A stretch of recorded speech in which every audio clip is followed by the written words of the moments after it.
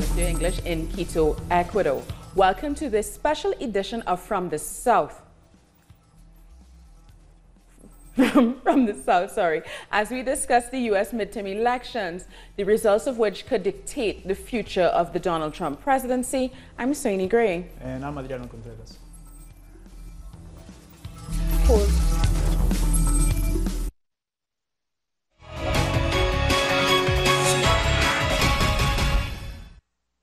Polls have started to close on the East Coast of the United States as today's midterm elections have seen a massive voter turnout. These are the first national elections since Donald Trump captured the White House in 2016.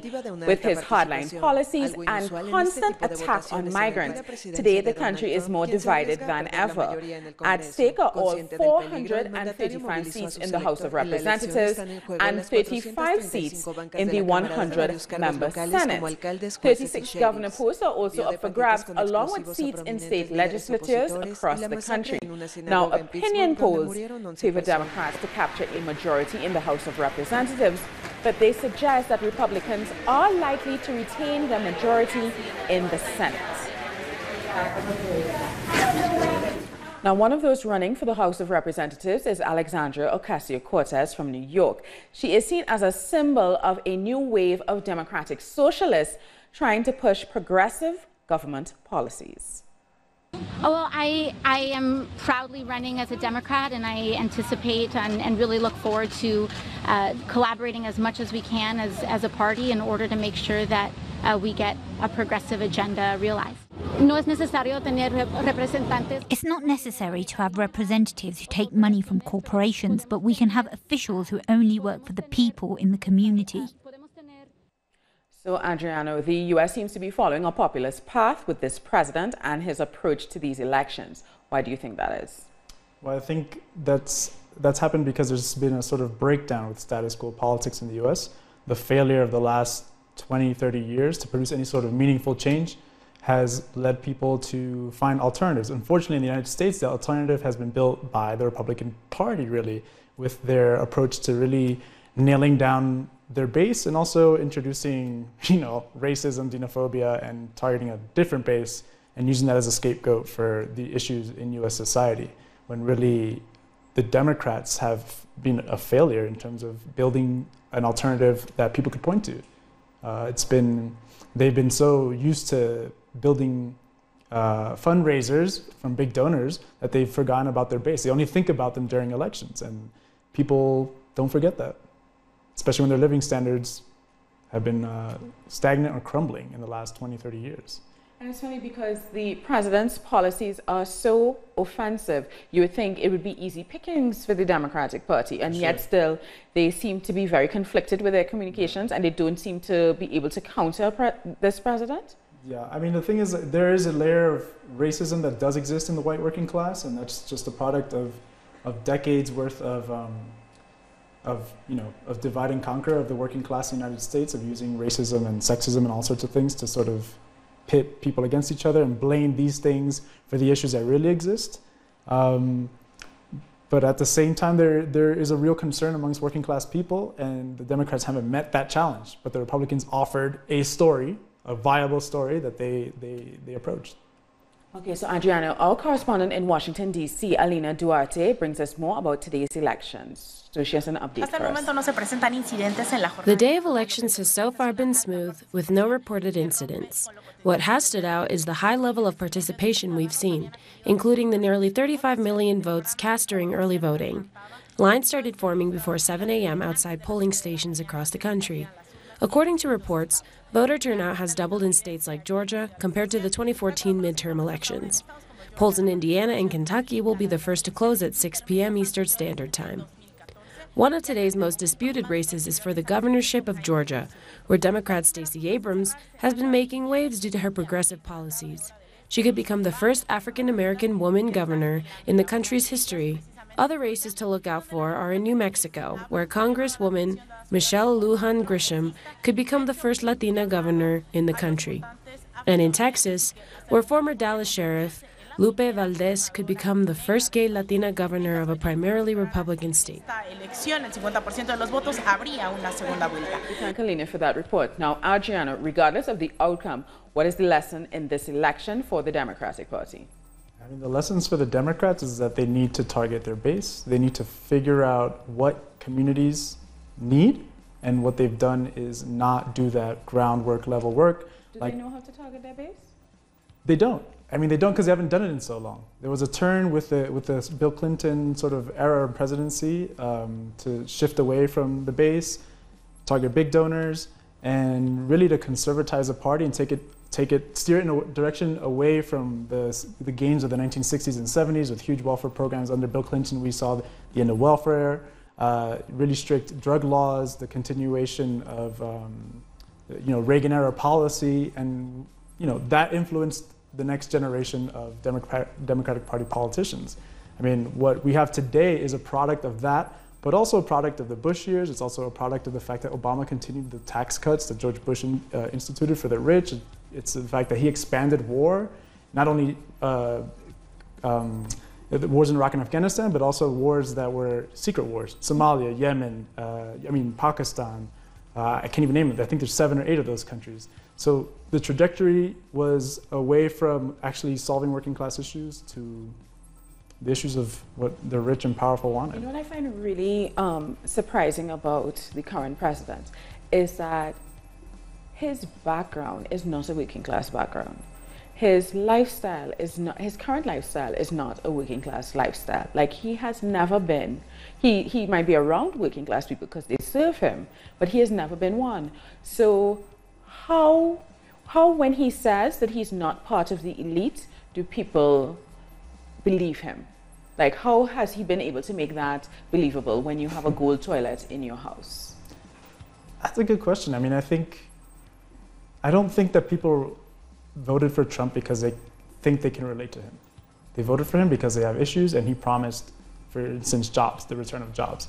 And what we're starting to see is that people who did vote for him based on the whole jobs issue are starting to question whether they made the right choice. And some are even not voting for Republicans just based on the fact that he lied to them. Right. So some are shifting, and the hope for Democrats have is that people are realizing that, and they're going to win the House. And there's a really small chance that they win the Senate, but it's not going to happen. But they're hoping for some sort of change based on that, the people. So let's go now to our correspondent, Jorge Jesus, who's in Washington. And with him is the U.S. congressional researcher, Jerry Bigwood. Hello, Jorge. Hello, Jorge. Some of the polls have now closed. What indication of the results do we have? So, Jenny, definitely a historic night in the U.S. with that midterm elections, and we are very glad to have us someone who's going to help us to put in perspective what's going on. We have Jeremy Bigwood. He is an international analyst. Jeremy, thanks very much for joining us. Thank you.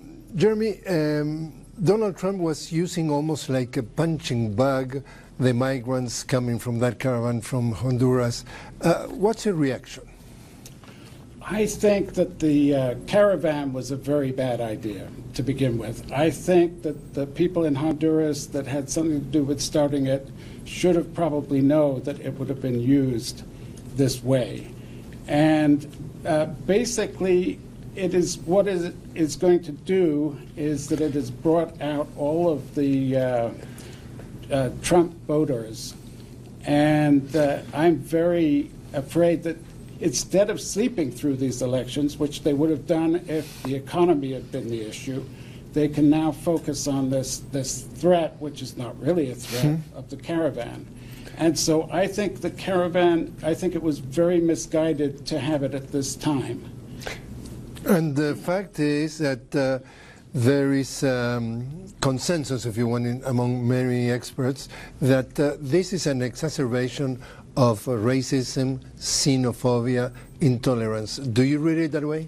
I do indeed, but I think that one should have understood to begin with that this would have been Trump's reaction. We've had him around for a while. We know exactly how he reacts. Anything that he can jump on, he will jump on. And for political purposes. For political purposes, and he's done a very good job of jumping on this and scaring his base into voting. And as a result, we're probably not going to have the results that we would have had for the Democrats retaking the House and the Senate. It's just not, I mean, we're probably going to have significant gains, but they could have been much bigger had this caravan not come at this time. What is your reading regarding the early voting and the absentee voting that it overpassed 38 million Americans voting before this very day? Just absolutely amazing, and but I have no idea of how they voted. So. Exactly, and that is exactly what is concerning most of the pollsters. We're talking about people in the many young people. That is, they're voting for the first time, and also there are voters in general that are voting for the first time. So basically, pollsters don't know how they act or how they could have voted. Absolutely, some of these could have been these people who backed Trump, who are just all excited now because there's this threat of an invasion coming against the United States, or they could be Democrats coming out, especially young people. Obviously, I would hope that it's the latter. We're talking about a midterm election that is calling much more attention. You and I have been following politics for many, many decades. And for example, Joe Biden, he said, this is the most important election in my life because what is going on, what is at stake, he says, is the character of the country. I think he's absolutely right. I think that as it stands right now, especially after the Kavanaugh appointment to the Supreme Court, Trump essentially holds all parts of the government as well as the Pentagon, of course. And this is very dangerous. He's a very dangerous person to remain unchecked. If the Democrats can control the House, they can partially check Trump, but if they can control the whole Congress, I mean, that would be very good. But I don't think that that's going to be possible, and other people don't think that either. So, anyway, what do you think that could be the scenario towards 2020? Too early? Well, I think it's too early to tell. Yeah, we want to know what happens tonight. Everyone wants to know what's going to happen this evening. Well, and in that case, do you think that Democrats were doing a good job in terms of trying to counter-react to all those, if you want, toxic rhetoric of Trump that insulting, diminishing, using that condescending tone that he's using against Democrats and against left and right, or the Democrats are giving him too much flexibility to do? I think the Democrats are doing what they can. The problem is that Trump has a very solid base of support, and he plays them very well. And the other problem is during this election, again, the caravan was just brilliant for Trump. It wasn't brilliant for the people in the caravan. They're going to have some real problems. Do you think that if you were living in Latin America today, with the issue of the wall with Mexico, with the issues of creating the 2.0 version of the Cold War, saying the triangle of the tyranny regarding Venezuela, Cuba, and Nicaragua, insulting left and right migrants and so on and so forth. Do you think that Latin America should be concerned about that offensive that is sort of like Cold War rhetoric 2.0? Absolutely, absolutely. I think that it appears to me, and I think it's pretty obvious, that Trump believes in the Monroe Doctrine. Essentially that the whole Americas, both North and South America and Central America, are essentially extensions of the United States. And I don't see any way that that's going to change in his mind. And the only way to stop his behavior is to have control of Congress. So finally, Jeremy, optimistic or pessimistic of the coming 2 years after tonight? Ooh, that's a tough one. I'm 50-50. I just need to wait maybe 5 more hours, and I will know. I'll be able to respond to that. Jerry Bigwood, thanks very much for joining Thank us. I was having the honor to talk to the international analyst Jerry Bigwood, and he's helping us to put in perspective what's to expect after tonight's historical votation and election of the midterms in the U.S. We get back to you, Sojini. Jorge Estoso. So Adriano, you just listened to that conversation with Jerry Bigwood, who's a congressional researcher. One of the things that he said, which I thought was really interesting, is that he said if the migrant caravan did not happen, the Democrats would have had a better result in today's polls. What do you say to that?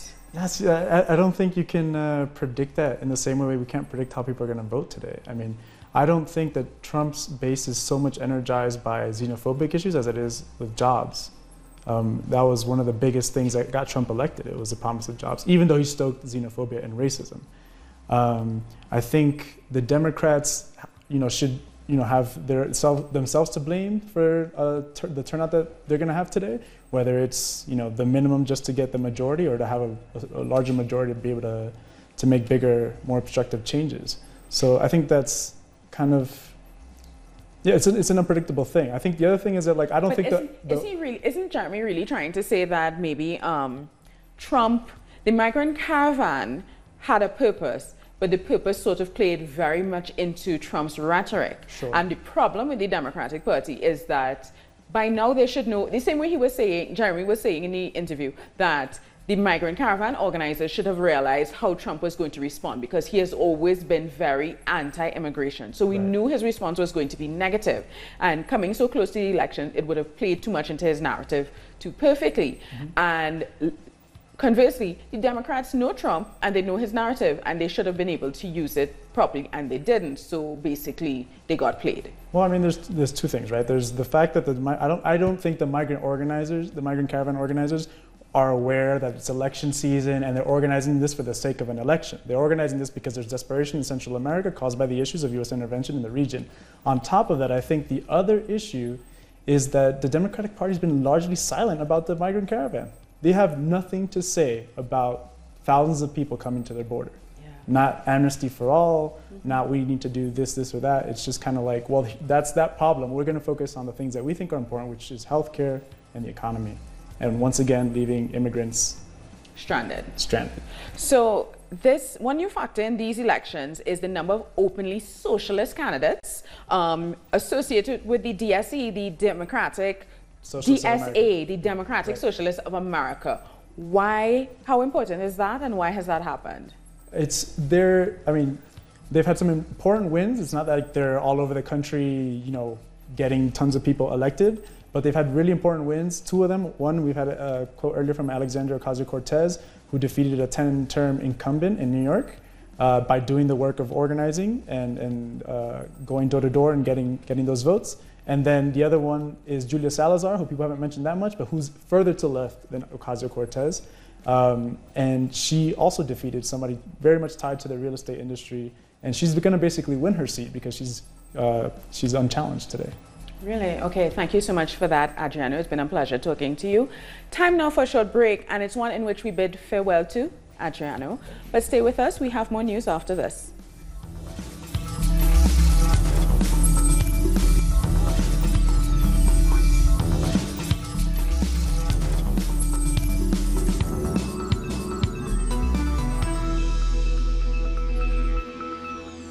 Welcome back. Elections have also been taking place in the Caribbean. Grenada, as well as Antigua and Barbuda, voted in referendums earlier today to decide if the Caribbean Court of Justice should be their final appeal court. It seems that voters in Grenada have rejected the CCJ. Voter turnout there was reportedly very low. Earlier, we spoke to the CCJ Advisory Committee member and attorney Ruggles Ferguson about the election. In Grenada, the results are already out. Have out of the total voted, The no votes have failed. Have 12,100 voters who voted no, and 9,840. No, it does not affect it at all. Yes, that's the final result. Actually succeed to make the PCJ our final appellate court. We require third of those voting, the valid vote cast referendum. So for the bill, it required not only a simple majority, but 2/3 of those voting. In fact, it's a very high level, and as you see from the final result, this yes vote did not get even a simple majority. Now, in the last hour, it has been reported that Ecuador's jailed former Vice President Jorge Glass has been rushed to hospital. He apparently began to suffer blackouts, and his wife said that his health has deteriorated sharply. Glass was transferred to a high-security prison in Latachunga 2 weeks ago. Both he and his lawyers complained that this was an infringement of his rights. Glass was imprisoned last year in connection with the Odebrecht corruption scandal. Peru's Congressional Investigating Commission into the car wash corruption scandal has discovered alleged crimes in the Almost Watering project that involved the former presidents Pedro Pablo Kaczynski and Ollanta Humala. During the reading of the commission's final report, Congresswoman Rosa Bartra stated that there's evidence that shows that former President Kaczynski may have been involved in money laundering during his time as finance minister. On the other hand, the former president, Ollanta Humala, is reportedly linked to the illegal transfer of funds for the H2 Almost company, which is a subsidiary of Odebrecht. Now, over 1,500 Central American migrants have arrived to Mexico City since Sunday. The city's government has set up a temporary shelter at a sports stadium where they have received food, medical attention and clothes. The group is reportedly considering how long they'll stay in Mexico City before starting to once again walk towards the United States. The closest border crossing from their current location is nearly 800 kilometers away. We're heading to the U.S. Let's have faith in God that we are able to enter, even if Donald Trump says he won't let us in. Some of us have to get through. We all want the American dream. The president of Cuba, Miguel Diaz-Canel, is in China to strengthen business in commercial and technological areas. During his visit, he will sign agreements on trade, renewable energy, and in cooperation of the Belt and Road Initiative, saying that it's an opportunity for developing countries. China is the fourth stop on Diaz-Canel's first tour since he became president in April. Now, after announcing the possible merger of the Agriculture and Environmental Ministries, Brazilian President-elect Jair Bolsonaro has said that his government won't support giving land to indigenous people because that would put landlords at risk. I have said that if it's up to me, we will not have more demarcations of indigenous lands in Brazil, because we have an indigenous area greater than the southeast region. The landlords cannot wake up and discover that through a decision of the executive, they will lose their own property to a new indigenous land. And now it's time to bring you some other stories from around the world. Ukrainian President Petro Poroshenko has vowed to investigate the murder of anti-corruption activist Katerina Handziuk. She died in hospital on Sunday following an attack with acid back in July that burned 40% of her body. After undergoing 11 surgeries, Handziuk posted a video on her hospital bed urging the authorities to investigate her case. Her death has made hundreds take to the streets to pay tribute to her and also demanded a full investigation. I still do not know the name of the person who hired a hitman to attack me. Handziuk is not simply my surname. It is one name on the list of people who were attacked in the past year. Who ordered to attack all of these people? Who covers up those who ordered it? Why are so many investigations being sabotaged? Why do we have to tolerate it when the most active people among us are being killed and crippled? Why do we encourage people to participate in activism but cannot protect them? The European Union won't agree on a Brexit agreement with Britain or allow a transition period without a deal that prevents a hard border on Ireland. At a news conference, the main Brexit negotiator, Michael Barnier, said the EU is working to improve its offer for the backstop proposal that would keep Northern Ireland's border open and part of the customs union. So far, the issue of Ireland has posed a stumbling block in negotiations. So, as I have said several times, I am pleased to confirm here in Bratislava that without this operational backstop, there is no agreement and there can be no transition. It's as simple as that. Over 200 mass graves have been discovered in former Islamic State-controlled areas of Iraq, according to the Office of the United Nations High Commissioner for Human Rights. Spokesperson Ravina Shamdasani said that the graves contain the remains of thousands of victims and the sites vary in size. The Islamic State took control of large parts of Iraq between 2014 and 2017, leading to systematic and sectarian violence. So far, the Democrats have 26 in the House and there's 21 for the Republican parties, but this is still very early days and we have a long ways to go for the final results. We've come to the end of this news brief. For these and many other stories, you can find them on our website at talisotv.net/English. And join us on social media. We are on Facebook, Twitter, and Instagram. For Talis Your English, I'm Soini Gree. Thank you for watching.